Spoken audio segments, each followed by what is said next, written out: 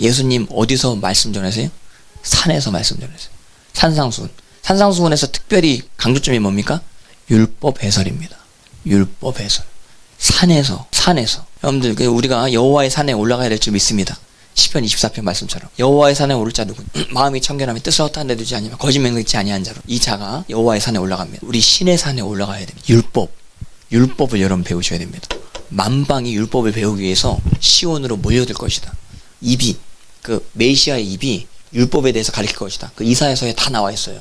이사야서, 미가서에 다 나와 있어요. 예수님이 산에서, 시온의 어떤 산에서 위에서 율법 해설을 하는데 율법을 끝장내 버립니다. 율법을 완성해 버리십니다. 음욕을 품고 여자를 본 자마다 그 여자와 함께 간음하는 것이라. 손이 범죄하거든 찍어버리라. 이 구문을 그대로 믿잖아요. 그러면은 구약 율법에 나온 음란에 관련된 모든 것들이 전부 다 커트됩니다. 그리고 오른손이 아니라 왼손이 모르게 도와줘라. 이걸 그대로 믿잖아요. 그리고 만몬신 하나님 겸하여 섬길 수 없다. 이걸 믿잖아요.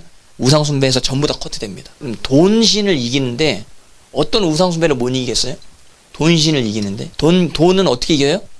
그러니까 하나님을 섬기는 걸로 이기는 거예요.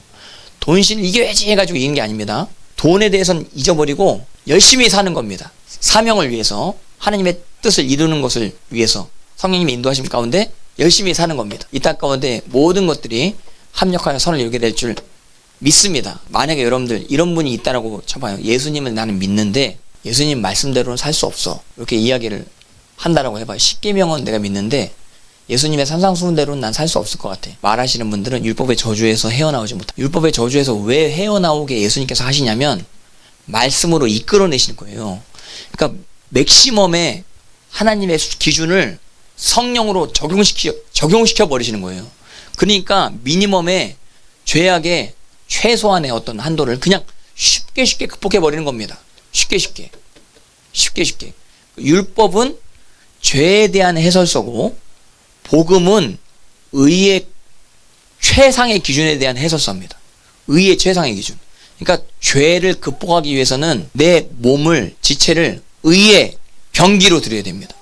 예수님의 말씀으로 여러분들의 몸을 드려야 됩니다. 그렇게 될 때 여러분들이 모든 저주 가운데서 해방되어질 수 있다고 하는 사실에 대해서 기억하시기를 주님의 이름으로 축복합니다. 그러니까 산상수훈의 강론을 여러분들 듣고 십자가를 믿으셔야 됩니다. 십자가가 먼저가 아닙니다. 산상수훈 강론이 먼저입니다. 부활이 먼저가 아닙니다.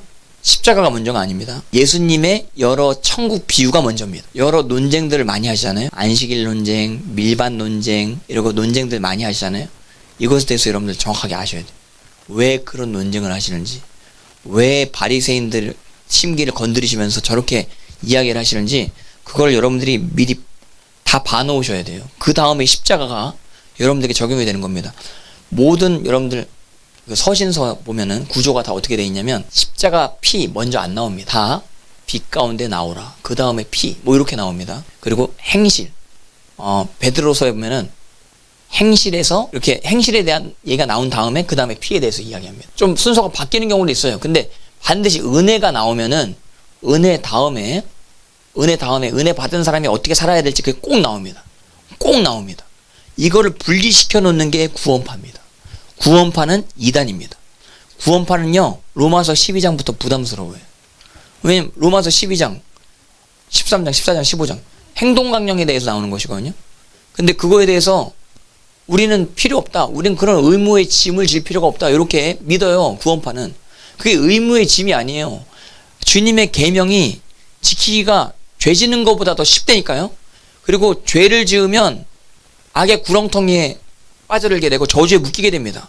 그러면 고통이 찾아오게 됩니다. 마음 가운데. 근데 죄를 극복을 하면은 마음에 안식이 찾아오게 됩니다. 그럼 아내를 사랑하는 것이 마음 가운데 완성이 되면 마음에 평안이 찾아오게 됩니다. 근데 아내를 계속 미워하는 가운데, 아내를 미워하는 건 인간이니까 어쩔 수 없어. 예수님 말씀 누구도 지킬 수 없어. 이런 식으로 이제 믿으면 주님의 뜻을 절대로 이룰 수 없다라고 하는 사실에 대해서 여러분들 반드시 기억하시기를 바랍니다. 성령께서 역사하시면 주님의 말씀을 지키는 것이 세상 죄악락 누리면서 고통받는 것보다 더 쉽다라고 하는, 주님의 말씀 지키는 게 더 쉽다라고 하는 사실에 대해서 반드시 여러분들 기억하세요. 그래서 육신의 욕구가 있고 성령의 욕구가 있거든요. 이 둘이 충돌함이라. 이 충돌 관계, 이 갈등 가운데 있는 사람이 거듭난 사람이에요. 근데 갈등이 전혀 없이 거짓말을 밥 먹듯이 거짓말에 찌든 은혜 입은 자는 이런 행동 강령에 대해서 이야기합니다. 그리고 과거에 그런 수많은 어떤 삶을 살았었을지라도 갈등 가운데 이제 극복이 되는 삶, 여러 과정 가운데 극복이 되는 삶. 당장의 극복은 힘들 수 있겠지만 차례차례 과정 가운데 완전하게 됩니다. 할렐루야. 그걸 여러분들 꼭 믿으시기를 바랍니다. 오뚜기처럼 여러분들 일어났다가 이제 99,999번 일어났다가 10만 번째 이제 끝납니다. 할렐루야. 더 이상 자빠지지 않습니다. 이제 그거 가지고 자빠지지 않습니다. 이제 그건 끝났습니다. 어떤 분 마약 중독에 걸렸다가 이제 해방된 이야기를 하시는데, 근데 그걸 끊는데 너무너무 힘들다라고 하는 것이죠. 금단 현상이 일어난다고 하는 것이죠. 자꾸 이제 자기는 안 먹는데 그 몸이 반응을 한다고 하는 것이죠. 그래가지고 그걸 끊기가 힘들다라고 하는 것이죠. 마지막 남은 이거를 먹을까 말까 하다가 그거를 바다에 던졌는데 다시 내가 왜 던졌지 하고 그 바다로 들어갔대요. 그러고 나서 이제 그 사건 이후에 이제 중독에서 해방됐다라고 하는 이야기를 하는데, 이런 금단 현상, 여러분들 과거에 옛 습성, 여러분들 몸이 기억하고 있는 옛 습성이 있거든요.